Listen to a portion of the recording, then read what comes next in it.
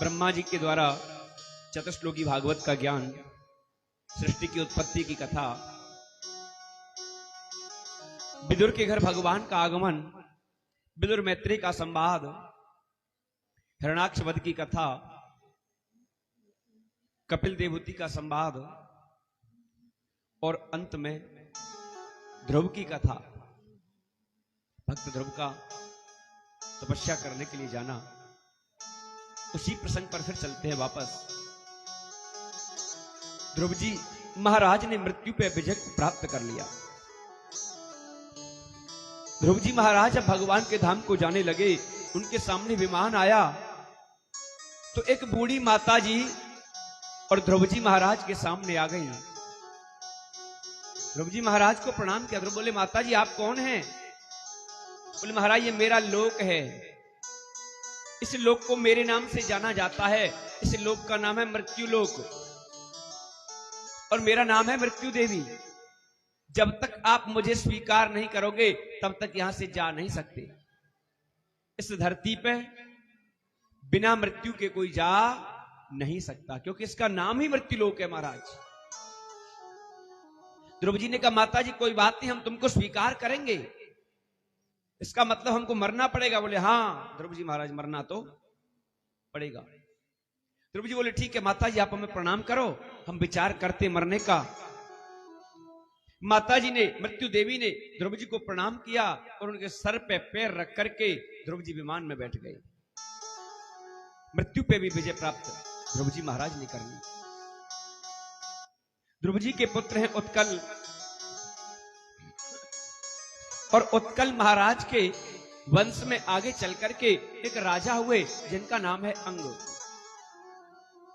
अंग राजा बड़े धर्मात्मा हैं, बहुत अच्छे भाव के साथ और प्रजा की सेवा करते हैं। लेकिन महाराज उनके एक पुत्र हुए और उनका नाम है बैन। जितने धर्मात्मा राजा अंग हैं उतना ही दुष्टात्मा बैन है। राजा के ठीक विपरीत गुणों वाला बैन राजा के घर जन्म लेकर के आया। समय आने पर बैन को राज्य गद्दी मिली और सबसे पहले समाज में अत्याचार प्रारंभ कर दिए। संतों पे, ब्राह्मणों पे, गौओं पे अत्याचार प्रारंभ कर दिए। इतना दुष्ट बैन हुआ। कहते बंधुओं, सच्चे मायने में जो संत हैं और उनका अपराध यदि किसी ने किया है तो उसका दंड भोगना पड़ता है।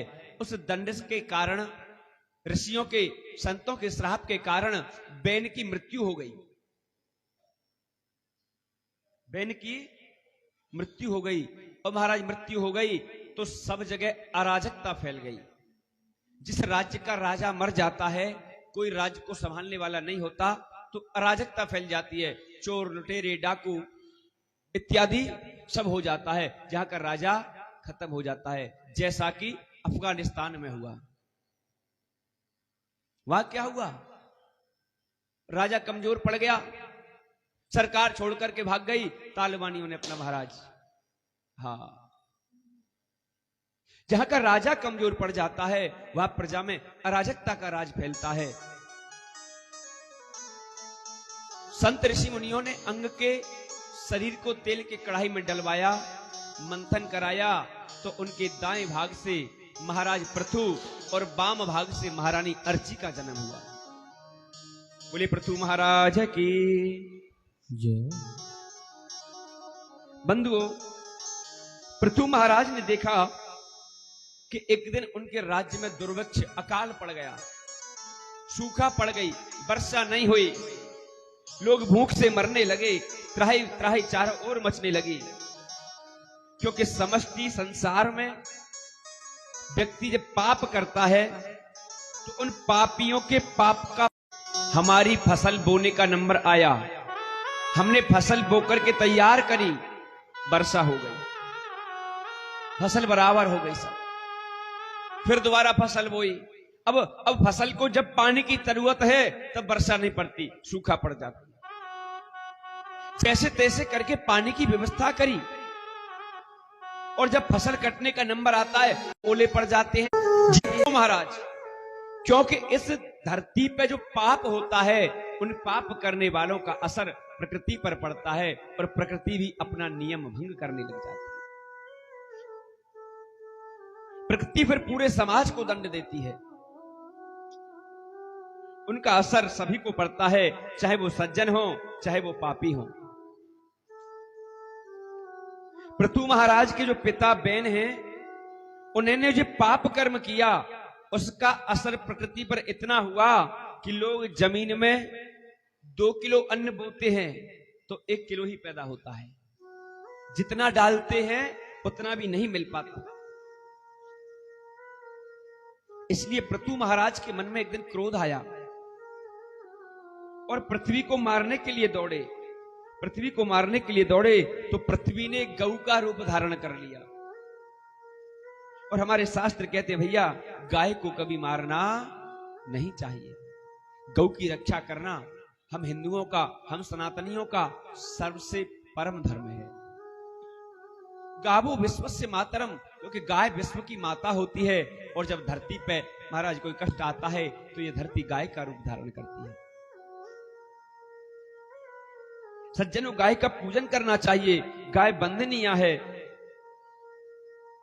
गाय के रूप में पृथ्वी को देखा तो देखते ही पृथु महाराज रुक गए और उस गाय ने कहा, महाराज आप मुझे मार भी दोगे तो आपको कुछ मिलेगा नहीं। जो पृथ्वी गाय बनी थी वो पृथु महाराज से कहने लगी, आप मुझे मार भी दोगे तो भी आपको कोई फायदा होने वाला नहीं है। तो देवी बताओ ना, फायदा कैसे होगा? बोले महाराज आप इस धरती पर यज्ञ करिए। यज्ञ जब इस पृथ्वी पे होंगे महाराज, मेरे ऊपर यज्ञ होंगे तो मेरे में शक्ति बढ़ेगी, और शक्ति बढ़ेगी तो महाराज पहले से भी ज्यादा मैं प्रकृति को हष्ट पुष्ट करूंगा। पृथु महाराज ने यज्ञ किए।